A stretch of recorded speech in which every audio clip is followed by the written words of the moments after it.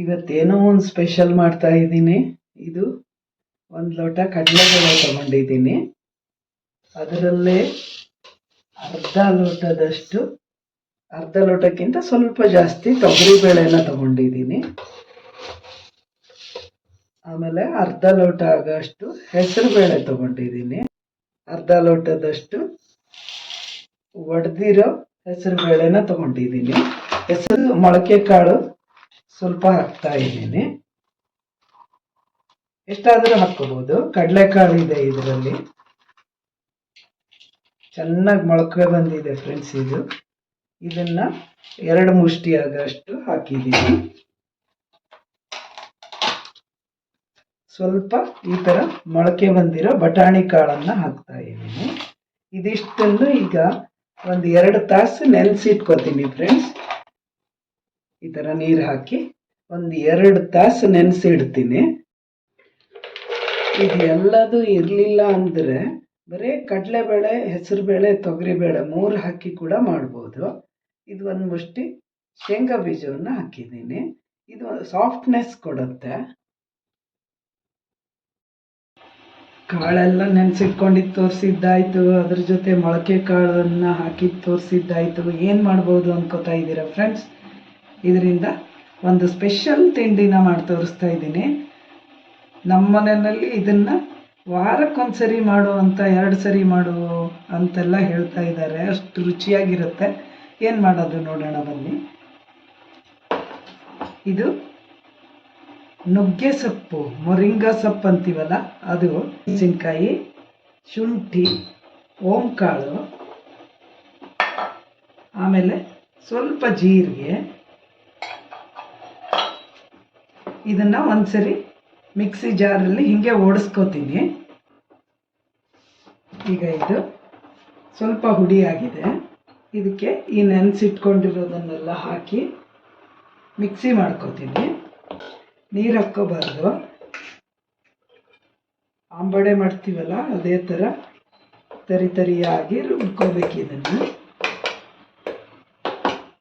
ಈಗ ಒಂದು ಪಾತ್ರೆಗೆ ಮಿಕ್ಸಿ ಮಾಡ್ಕೊಂಡಿರೋದನ್ನೆಲ್ಲ ತಗೋಬೇಕು.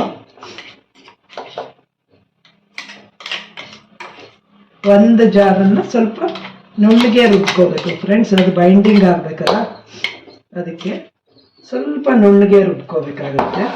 ಈಗ ಮತ್ತಷ್ಟು ಉಳಿದಿರೋದನ್ನ ಹಾಕಿ ಮಿಕ್ಸಿ ಮಾಡ್ಕೊಳ್ತೀನಿ.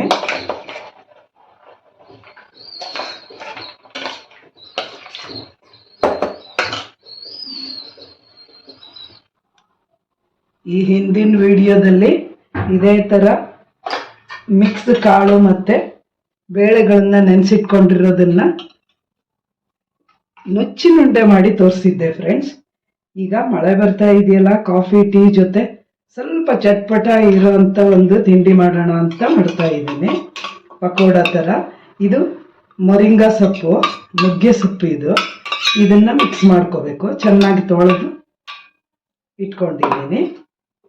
ಈಗ ಕೊತ್ತಂಬರಿ ಸೊಪ್ಪನ್ನು ಮಿಕ್ಸ್ ಮಾಡ್ಕೋತಾ ಇದ್ದೀನಿ.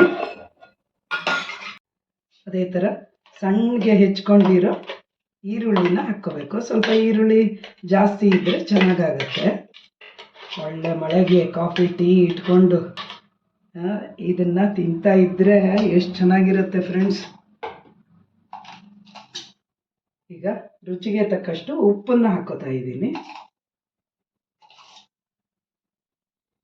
ನೀವು ಹೆಂಗೆ ಮಾಡ್ತೀರಾ ಅಂತ ಕಾಮೆಂಟ್ ಮಾಡಿ ತಿಳಿಸಿ ಫ್ರೆಂಡ್ಸ್.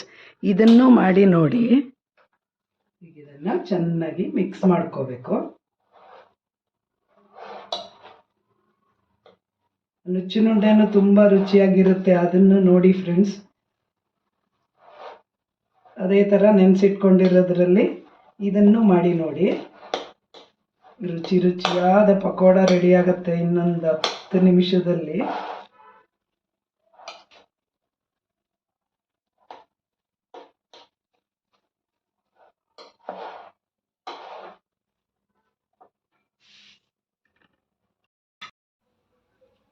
ಈಗ ಇಲ್ಲಿ ಎಣ್ಣೆ ಕಾಯಕ್ಕೆ ಇಟ್ಕೊಂಡಿದ್ದೀನಿ.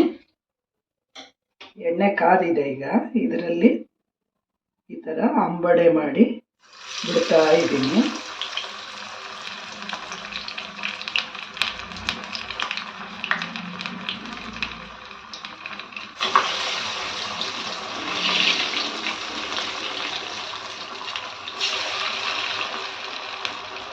ಮೀಡಿಯಮ್ ಊರಿನಲ್ಲಿ ಬೇಯಿಸ್ಬೇಕು ಇದನ್ನು, ಇಲ್ಲಾಂದರೆ ಒಳಗೆ ಬೇಯಲ್ಲ, ಹೊರಗಡೆಯಿಂದ ಸೀದೋಗ್ಬಿಡುತ್ತೆ.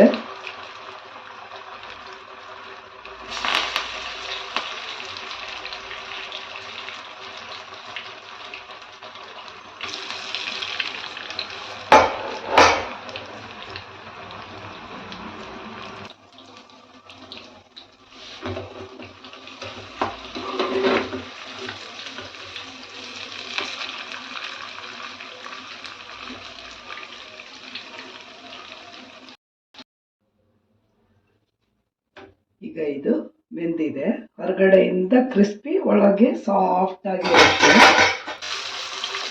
ಹಾಕಿದ್ದು ಒಂದು ಸ್ವಲ್ಪ ಹೊತ್ತು ಮುಟ್ಟಬಾರ್ದು, ಹಾಗೆ ಬಿಡಬೇಕು, ಒಡೆದೋಗುತ್ತೆ ಇಲ್ಲ ಅಂದರೆ.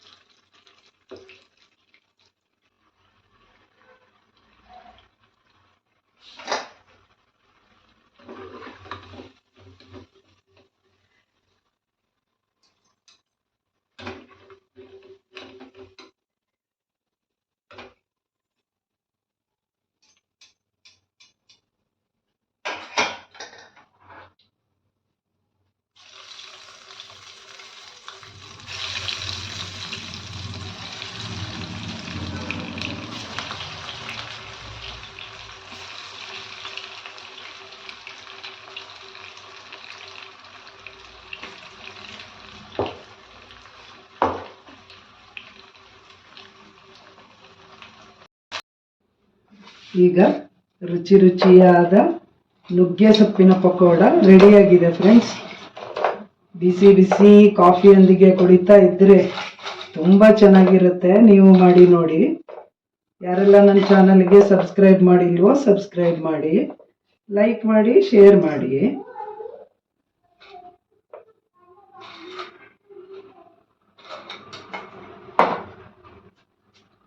ಇದನ್ನು ಕೆಚ್ಚಪ್ನೊಂದಿಗೆ ತಗೋಬೇಕು, ಇಲ್ವಾ ಬೆಣ್ಣೆ ಮತ್ತು ಬೆಲ್ಲದಿಂದನೂ ಚೆನ್ನಾಗಾಗತ್ತೆ. ಬಿಸಿ ಬಿಸಿಯಾದ ಕಾಫಿ ಪಕೋಡ ರೆಡಿ ಫ್ರೆಂಡ್ಸ್, ನೀವು ಬನ್ನಿ.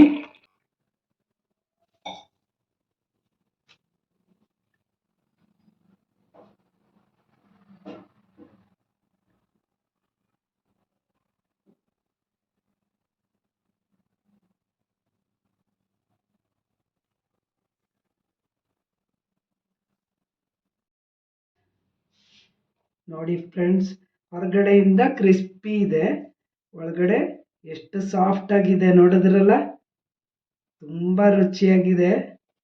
ಬಂದಿರೋ ಗೆಸ್ಟು ಭಾಳ ಚೆನ್ನಾಗಿದೆ ಅಂತ ಹೇಳ್ತಾ ಇದ್ದಾರೆ. ನೀವು ಮಾಡಿ ನೋಡಿ. Thank you for watching. Bye bye.